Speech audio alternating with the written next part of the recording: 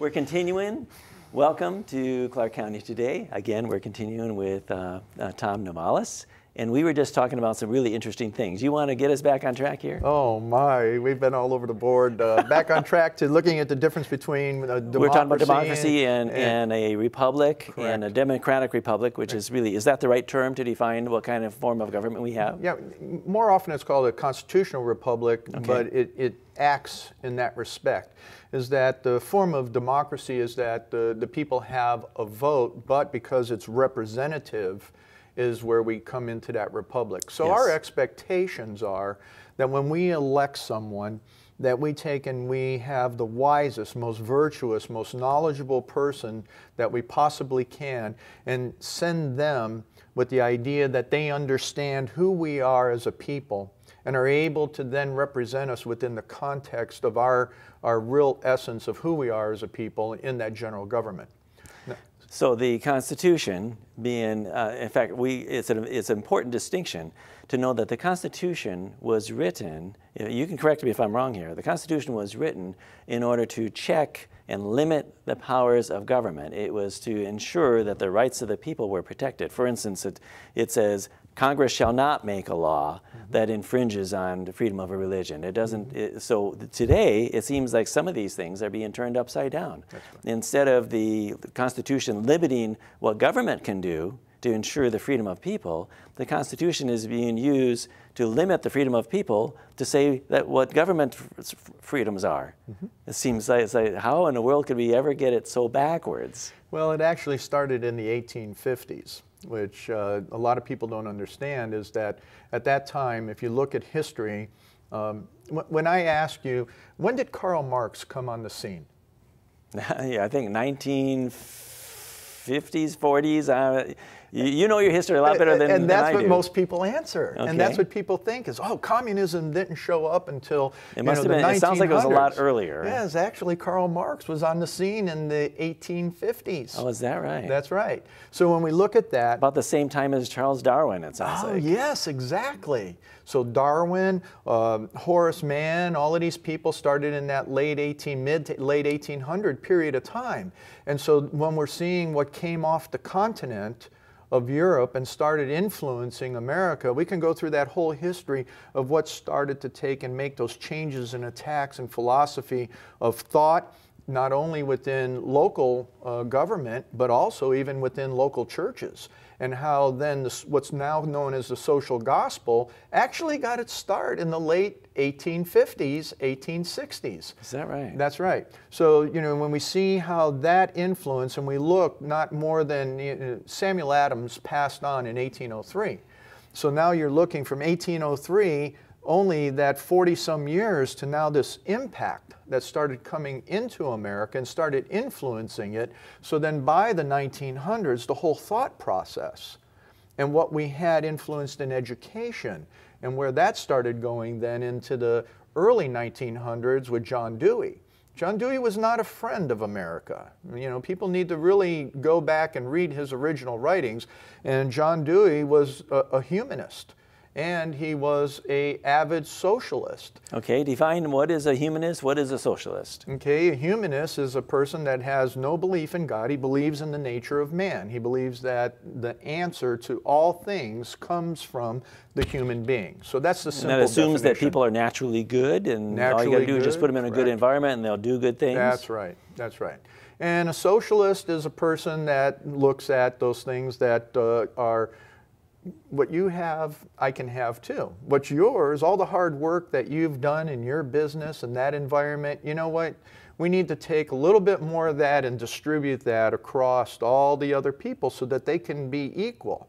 And so they that's can be even. Karl Marx from how's that saying go? Well, Karl Marx was really the hardcore communist. He really looked at it from a radical perspective. Okay. The Marxist perspective was to have a revolution to make that change. Okay. Now, Fabian socialism takes those same principles of Plato and they take and bring that over a period of time so that they can influence into the governments and take and look at how they can change local government all the way to what we're seeing today is our national government has a great socialistic influence in it, saying that what is yours is mine. and we need to be equal in all those things that we have. So the private property rights are not recognized naturally in socialism. Socialism is it all belongs to the state, or it's common from each according to his ability, to each according to his need. Right. And that's what yours is mine, just simply because I have this higher principle that says, hey, it doesn't belong to you in the first place. So the private property rights are foundational to American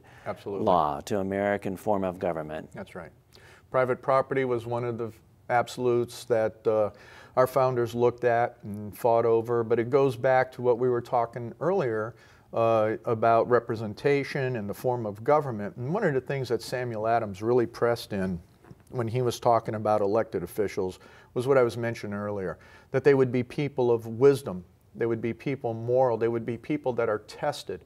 And the interesting thing that they used to do at the time is that when you got elected to office, which Samuel Adams did a number of different times, is that they met together and they wrote letters of instruction. And they gave it to that representative and said, this is what we want you to go do for us according to your best wisdom and judgment and all that you can do. And if you don't do it, guess what? We're going to take and pull you out even before your time of election is up.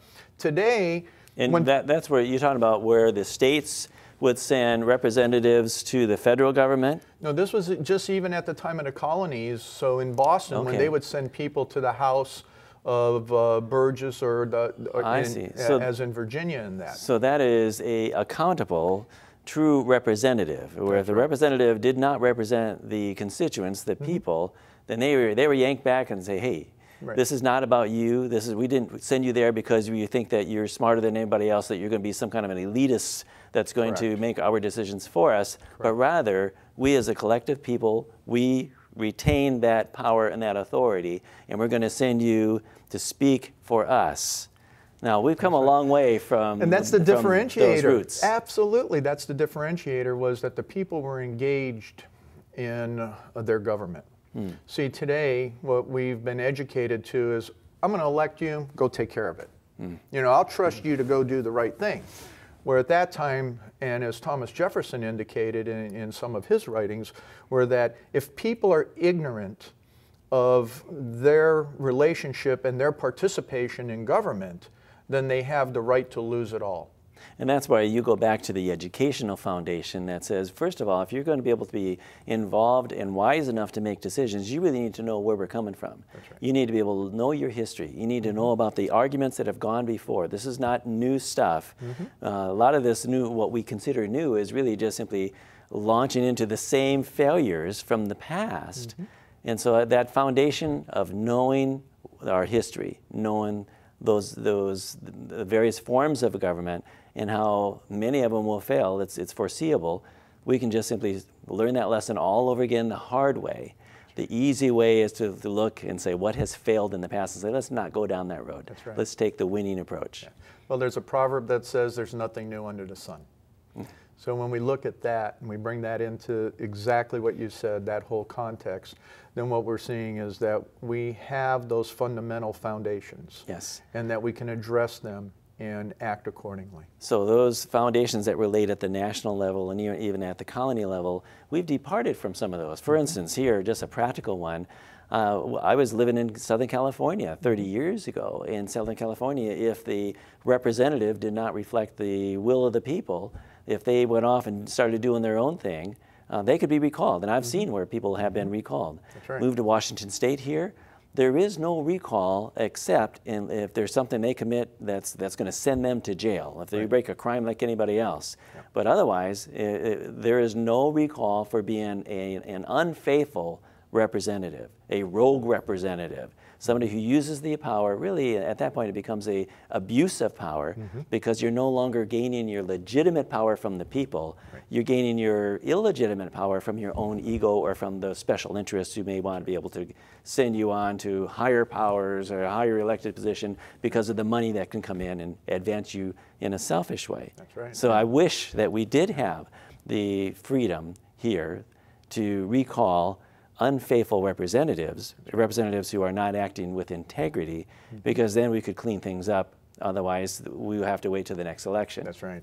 Yeah, yeah. I wish for that as well. And what I really would like to see, and why I do what I do, is to try and educate the electorate to participate more. We spend so much time in all the divergence that we have, and it was very, very interesting is that even in the House of Lords, what they said about the colonies, that if we can take and bring to them the entertainment, if we can bring to them the luxuries that we have in Europe, they'll no longer be interested in participating in their governance. So distractions. The distractions. So there are selfish motives for getting people to not look. Say, turn off the lights, non-accountability, just get distracted in doing something else. Yeah. But instead, the healthiest, it sounds like what you're saying here is the healthiest government is most ensured when people are engaged. Correct. When the citizens are, they got the lights turned on, they know what's going on, they know the principles that undergird all these things, and they are in the know, and when something starts going the wrong direction, they'll speak up. They'll let those elected representatives, they'll hold them accountable and say, hey, you can't do that. We're going to oppose you on that. Right. And, you know, it's what I call the American DNA.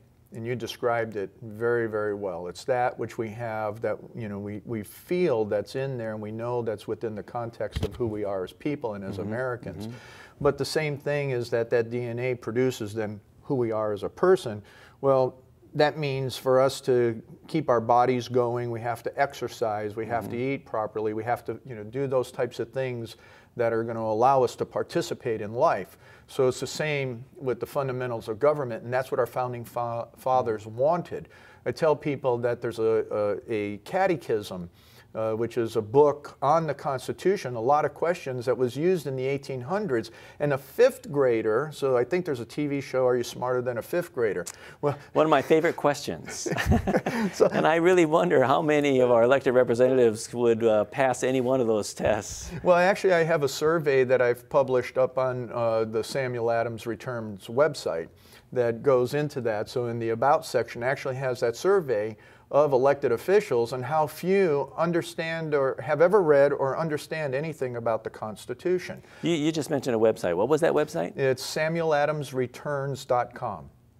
SamuelAdamsReturns.com, and Correct. They can get foundational, they can read a whole lot more about these things that will maybe get us back on track. That's right. If they can get educated. So you're doing what you can to make things understandable.